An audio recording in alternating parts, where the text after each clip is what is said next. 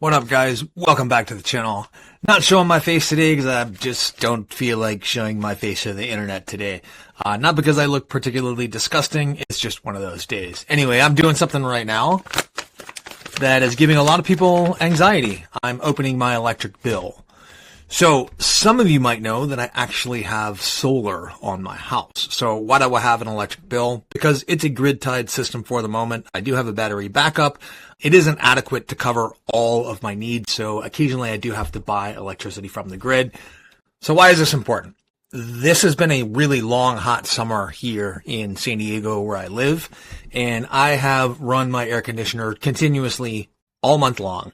It does get nice and cool here at night, so the air conditioner doesn't work very hard, but during the day, it's been 95 degrees many days this month, and at least over 90 for the entire month. My electric bill is a grand total of $49.66. $49.66 on a solar system that is now 11 years old, that I have done exactly zero maintenance to, that originally cost me $16,000 to put in. Now, I could have gotten it for about 12, but I went ahead and I set it up for batteries, even though I didn't have a battery at the time. So buying the extra fancy converter or whatever it was cost me another $4,000. So $16,000. Ostensibly, that system should have taken me about 8 years to pay off. And it kind of didn't make sense. My electric bill at the time, because we weren't using the air conditioner, we would just kind of sweat and bear it in the summertime. But as I've gotten older, I've decided that comfort is a little bit more important to me. I started using that air conditioner a little bit more. That solar has really paid off, and let's talk about why it's paid off. Largely because electricity rates don't stay the same. They are going to rise. And here's one of the things that's most important. If you live in a southern state, your electricity rates are going to be rising a lot faster than the rest of the country. And a lot of that has to do with these large data centers that are being put up in your state. A lot of these companies are getting some pretty attractive deals under state governments and local governments. They're getting some pretty attractive deals from power companies. And a lot of the cost of those AI centers and data centers is actually being passed on to the consumer. So you are paying part of their cost to operate in your state. You may be thinking, hey, this is a great idea. These companies bring a lot of jobs into whatever state I live in. I'm really thinking particularly Texas at this point. But that is not really all that true. It does bring a few high-paying jobs that are limited to people who are highly educated and highly specialized in their field. Every other job associated with that data center is going to be really temporary, like just for the construction of that project. But the cost, the ongoing cost of electricity, they are only paying for a portion of it. And a large part of that is being passed on to you. There's been a couple articles written about this lately. You're able to find one of them on Yahoo Finance if you want to. I'll leave the link in the description below. But this is why you should really be thinking about solar at this point. I want to make the point I'm not being paid by any solar company. In fact, the solar company that I used has since gone out of business. And I've had to learn a little bit about maintaining my own solar installation because of that.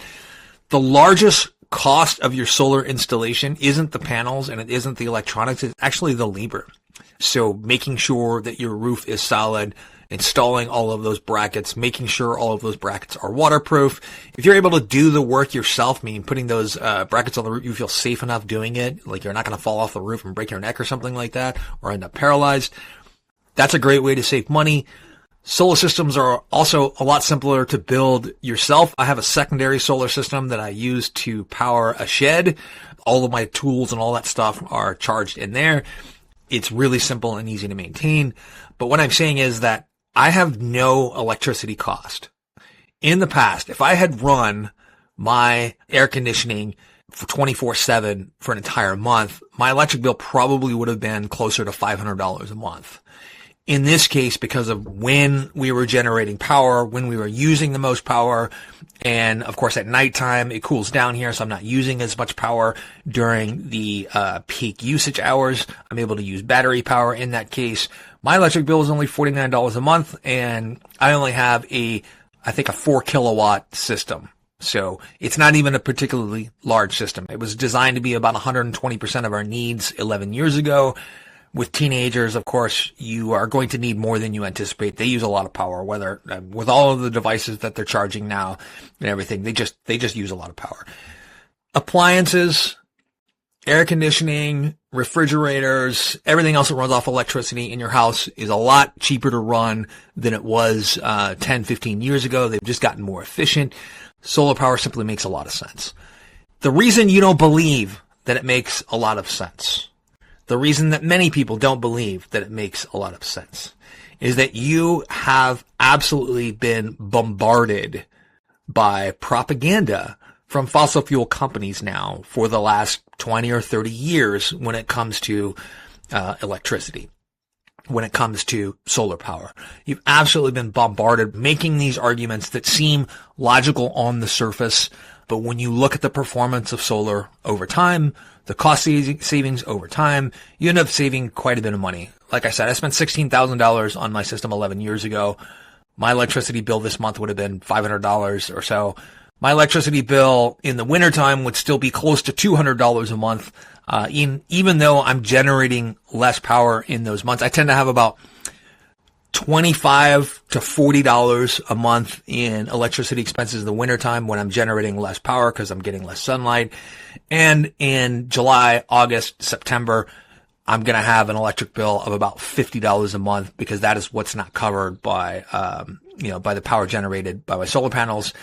In those in-between months, in between winter and summertime, I have no electric bill. I pay essentially an $11 connection fee and whatever gas I use for the month, and I have zero electric bill at all. Anyway, those are just my thoughts today, a little bit on solar. I know I haven't been very productive lately. I've been extremely busy. I opened up a second location for one of my businesses and it was a surprise. There was space available. The deal was too good to pass up. I needed to expand this business to create some space in it, and I've been getting that set up.